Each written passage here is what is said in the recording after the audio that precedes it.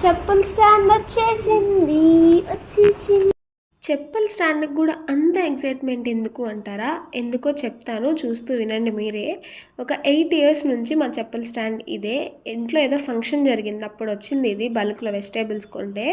So మా mummy మా నాన్నను మా డాడీనో ఎవరినో సంథింగ్ గుర్తులేదు, చెప్పుల స్టాండ్ కొనుక్కురమ్మంటే వాళ్ళిద్దరు చేసిన ఘనకార్యం ఇదనమాట.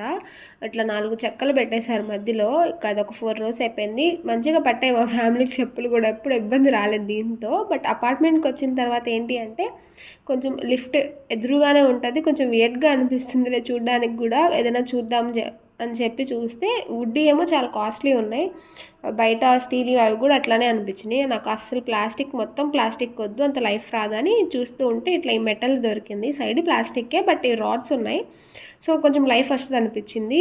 మీషోలో ఆర్డర్ పెట్టాను ధైర్యం చేసి, ఇన్ కేస్ బాగోకపోతే రిటర్న్ పెట్టేయచ్చులేని. చాలా బాగా వచ్చింది, కానీ అంత లేటుగా వచ్చిందో. నాలాగా ఎవరైనా ఆత్రం ఉన్న వాళ్ళు అయితే చచ్చిపోతారు డెలివరీ వచ్చేలోపు. సో మీకు కావాలంటే కమ్యూనిటీ పోస్ట్లో లింక్ ఇస్తాను, ఎవరికన్నా ఖచ్చితంగా తీసుకోండి. రీజనబుల్ ప్రైస్లోనే ఉంది ఎవరికైనా కావాలి అంటే. అండ్ వీడియోస్ని సబ్స్క్రైబ్ చేసుకోండి. Thank you for watching. Like అస్సలకే మర్చిపోవద్దు.